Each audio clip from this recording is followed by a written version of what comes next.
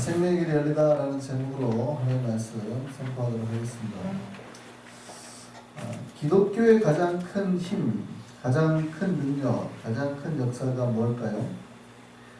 그건 바로 죄인이 의인이 되는 것, 죽을 자가 생명을 얻게 되는 것, 지옥에 가게 될 자가 천국에 살게 되는 것, 멸망을 이을 자가 영생을 얻게 되는 겁니다.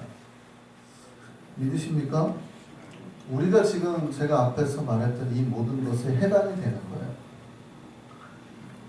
우리는 죄인이었는데 지금 의인이라고 부르고, 죽을 자였는데 생명을 얻게 되었고, 지옥에 갈 자였는데 천국에 살게 되었고, 멸망에 이를 자였는데 영생을 얻게 되는 거예요.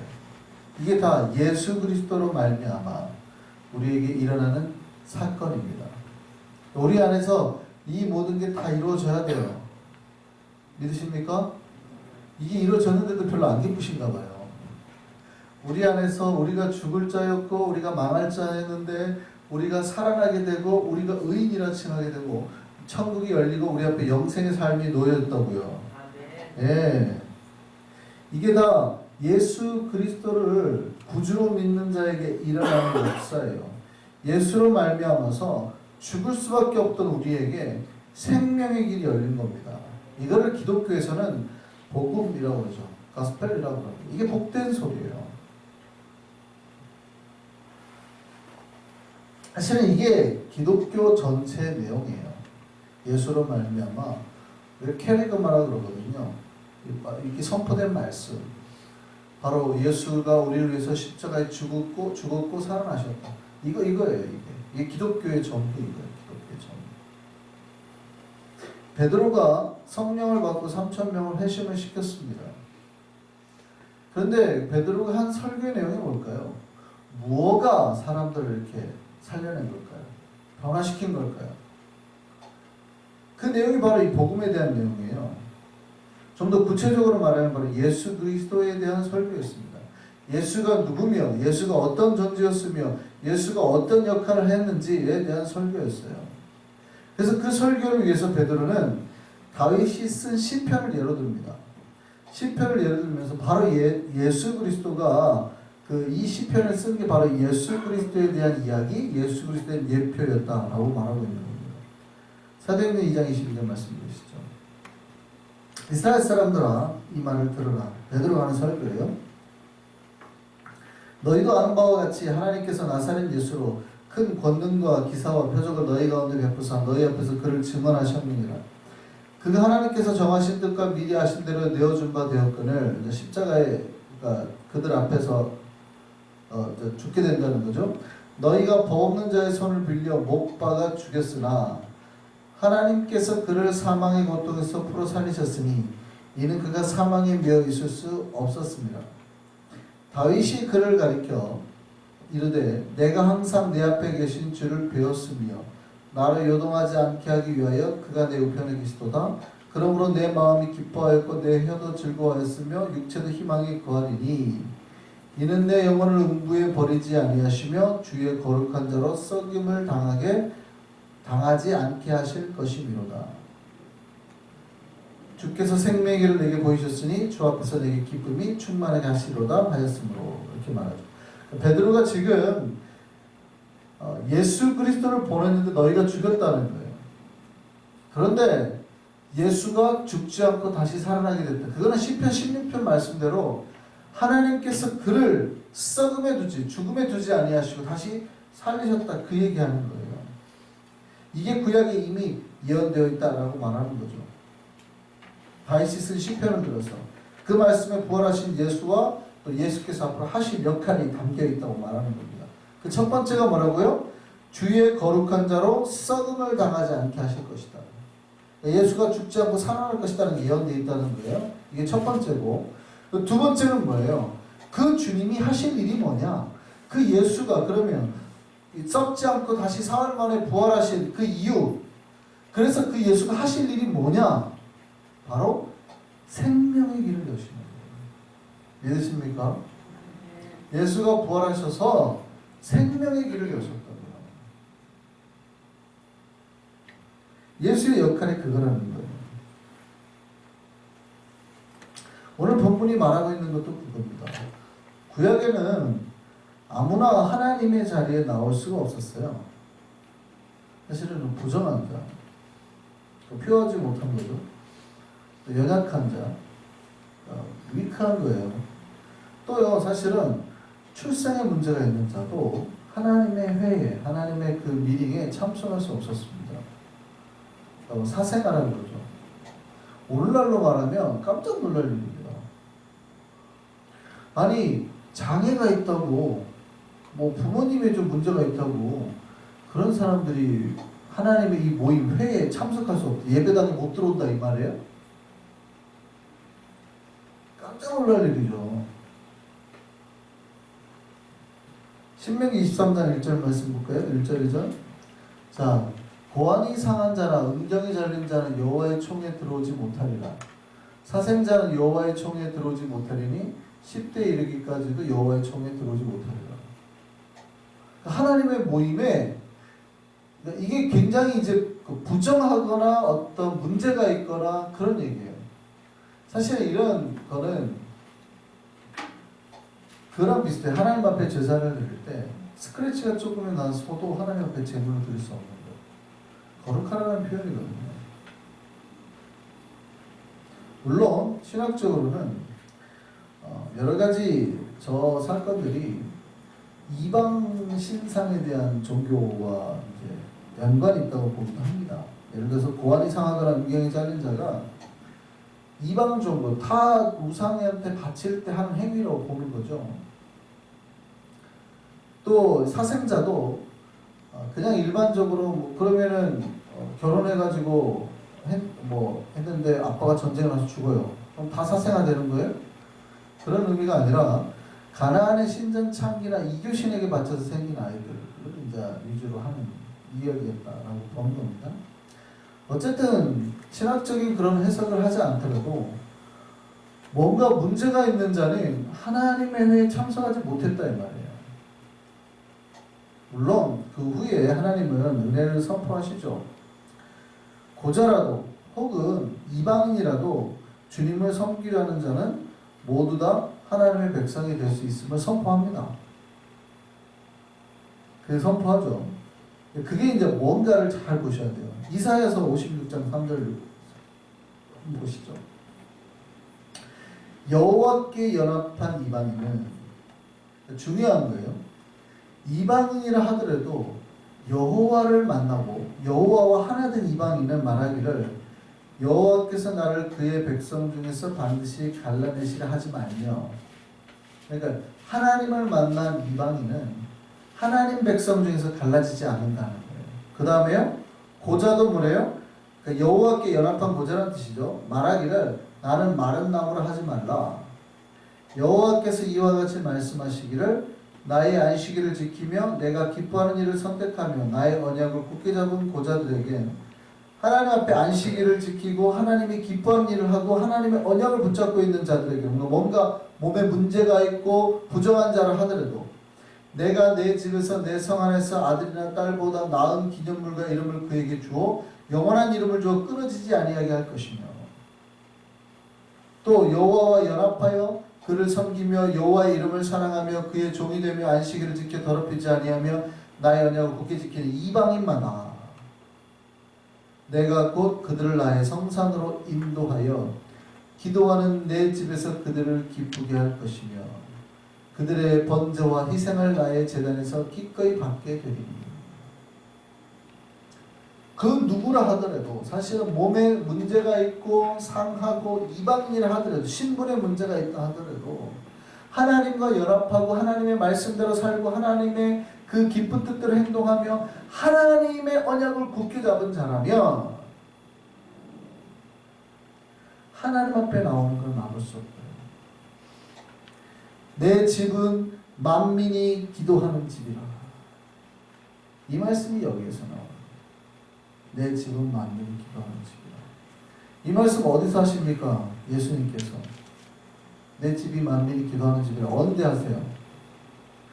성전을 정하시면서. 감히 내 전에서 이게 장사를 해? 못 오게 막는 거예요. 하나님 앞에 제사를 못하게 막는 거예요. 몇 배치기를 해먹으니까. 자기들이 가지고 있는 소를 가지고 오면 그렇게 안 비싼데 그걸 못 드리게 하고 제사장과 그들의 가문이 준비한 소만 사게 하는 거예요. 근데 이게 10배 이상 비싸게 불렀다는 거예요. 그래 1000불이면 하나님 앞에 제사를 드릴 수 있는 거를 한 10,000불 정도 내야 제사를 드리게 하니 가난한 사람들이 제사를 드릴 수 있어요 없어요? 못 드리는 거죠. 그러니까 누구라도 하나님 앞에 헌신하고 충성된 사람이 오면 제사를 드릴 수 있어야 되는데 거기서 성전에서 그런 장사를 해먹고 있다 이 말이에요. 그러니까 예수님이 화가 나고 이거 다 엎어버리고 뭐라 그래요?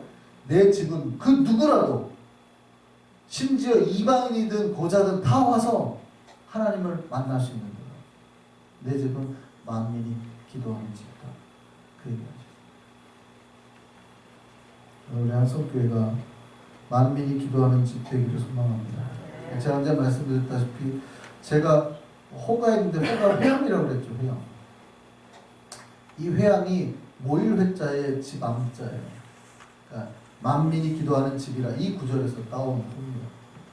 그래도 주님 앞에 나와서 은혜로 나올 수 있도록 하는 거예요.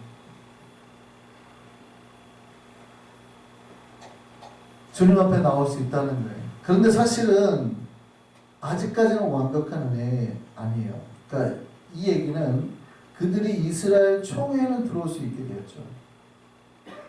그런데 이들이 직접 하나님을 만날 수는 있어요 없어요? 없어요. 이들이 하나님의 총회 멤버는 됐지만 그들이 직접 하나님을 기도로 만나거나 하나님 앞에 나아갈 수는 없어요. 하나님의 임재처소가 어디입니까? 성소에서. 네, 지성소 자리. 그 법궤가 있는 이 위에 시은좌 여기가 하나님의 임재 자리예요. 여기 나아갈 수 있어요 없어요? 없죠. 이게 무슨 얘기냐면 여러분이 하나님의 뜻을 구하고 싶으면 구약이라면 누구한테 와야 돼요? 오늘날로 따지면 저한테 와야 돼요. 저한테 와서 목사님 이번에 우리 아들이 대학을 가겠습니까? 아니면 우리가 딸을 결혼을 시킬까요? 다 저한테 물어보셔야 돼요. 하나님의 뜻이 어떤 걸까요? 근데 우리는 그렇게 하지 않죠. 기도하시라고 하잖아요. 그게 무슨 얘기입니까?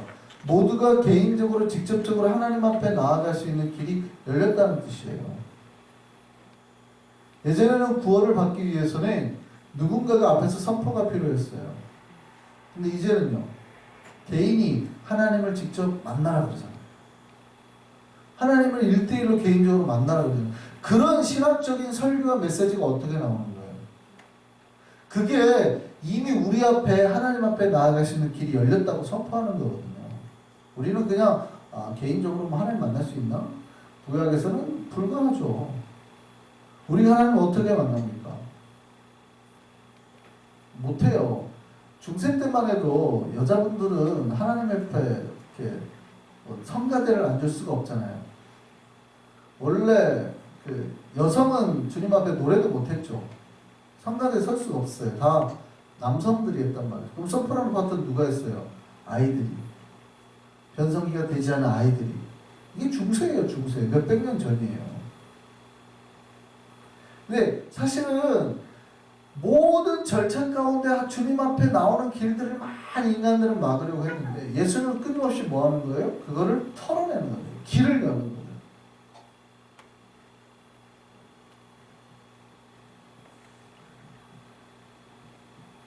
구약에서 지성소로 나아갈 수 있는 사람은 대제사장밖에 없었습니다.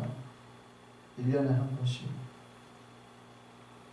그런데 사실은 예수께서 십자가에 죽으셨을 때 첫 번째로 한 게 뭐냐면 그 누구라도 하나님이 계신 자리까지 나오게 하는 거예요. 그게 오늘 본문이 증거하는 겁니다. 예수께서 십자가에 죽으셨을 때 가장 첫 번째로 일어난 사건이 뭐라고 말하는 거예요? 마태복음이. 예수가 십자가에 죽으셨는데 놀랍게도 성소 안에 있던 그러니까 지성소와 성소를 가nu고 있던 휘장이 위에서부터 아래까지 찢어졌다는 거예요. 이게 예수가 십자가에 죽으신 다음에 첫 번째로 일어난 사건이에요. 예수가 십자가에 죽으시니까 성소와 지성소 사이에 가로막혀 있던 휘장이 위에서부터 아래까지 쭉 찢어졌어요. 아무도 못 들어간다는 그 자리예요.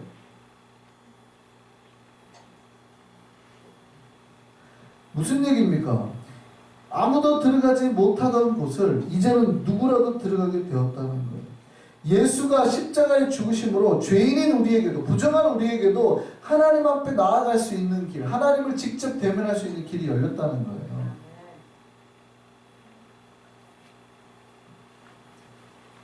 이 은혜가 우리에게 날마다 깨달아졌으면 좋겠습니다. 그런 신자는 뭐 하는 거예요? 그 생명의 길, 우리 앞에 열린 생명의 길을 따라서 가는 것. 생명의 문에 들어가는 거예요.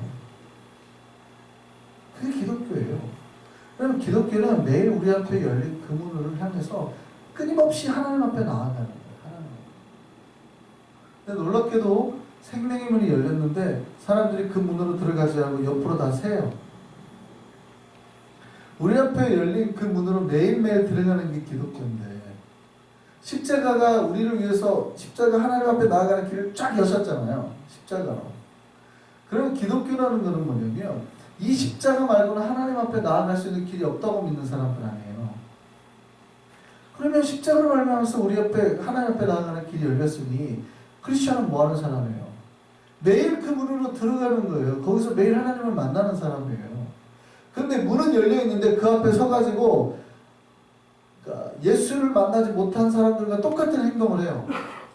다른 데로 살거나 다른 방법으로 하나님을 찾거나 그거 말고 다른 길이 있대. 이래버리면 그 앞에 문은 열려 있을지 모르지만 그 앞에 그 문으로 들어간 거예요, 안 들어간 거예요? 크리스천 중에 놀랍게도 문이 열렸다는 복음의 소식을 듣고도 매일 하나님을 만나려 하지 않고 매일 하나님을 찾지 않고 살아가는 크리스천이 너무 많아요. 옛날에는 우리가 아무리 찾아도 만날 수가 없었어요. 그냥 다 블락당한 거예요. 못 들어오는 거예요. 근데 이제는 그 구원의 길이 열렸다고, 이제 들어가서 하나님을 만나시라고 해도 안 만나죠. 여러 가지 바쁘다는 이유로. 기독교가 뭐예요? 그 문, 열린 문을 들어가야 되는 거예요. 좀 더 확장해서 말하면 이 길만이 생명의 길이고 다른 길은 멸망의 길이라고 확신하는 것. 구원이 이 예수께서 보여주신 길 외에는 없다고 생각하는 것. 그리고 매일 생명의 길로 들어가는 것. 생명의 길에 따라서 사는 것. 이 길 외에 다른 길을 선택하지 않는 것. 또한 이 길에서 벗어나지 않는 것. 사탄이 하는 일은 뭐예요? 명확하죠. 신자가 이 길을 더 이상 걸어가지 못하게 하는 것. 이 길에서 벗어나게 하는 것. 뿐만 아니라 벗어난 신자가 다시는 그 길로 돌아가지 못하도록 끊임없이 신자를 정죄하고, 야, 너 따위가 무슨 예수를 믿어. 이렇게 막 정죄하는 거예요. 너 맨날 죄 짓잖아. 어제도 죄 짓고. 죄인이 뭐 하나님 찾아서 뭐하게, 이렇게 하면 정죄하는 거예요. 아니면 끊임없이 유혹하는 거예요. 이게 사탄이 하는 거예요. 저는 예수께서 십자가에서 죽으심으로 열어놓은 그 길, 이 생명의 문으로 매일 매 순간 들어갈 수 있는 저와 여러분들을 소망합니다. 아멘. 스스로 그 문을 닫는 어리석음을 범하지 않기를 바랍니다. 스스로 정죄를 하거나 아니면 사탄이 던지는 유혹을 따라서 가는 그 어리석음을 범하지 않기를 바랍니다. 안타깝게도 예수께서 죽으셨을 때 그 찢어진 휘장을 유대인들은 가가지고 다시 꿰매버립니다. 이게 왜 찢어졌지? 이해를 못하고 다시 꿰매버려요. 유대인들은. 어리석은 거예요. 놀랍게도 오늘날의 신자들 중에 그런 사람들이 있어요. 자기 앞에 열려진 그 생명의 문, 복음의 문의 의미를 깨닫지 못하고 스스로 닫아버리는 사람. 문 앞에서 자기 스스로 문을 닫아버리는 사람. 문을 열어놓은 이유는 들어가서 하나님을 만나는 거. 그런데 내가 하나님을 안 만나고 문을 닫아요. 됐어요. 우리 목사님 설교 잘하니까 알아서 들을래요. 문 안 만나도 돼요. 아유, 저는 잘 기도할 줄 모르고. 우리 목사님 알아서 잘 기도해 주니까 됐어요. 나는 기도 안 할래요. 닫아버리는 사람. 문을 열어주신 이유는 하나님의 말씀, 하나님의 음성 직접 들으라는 거예요.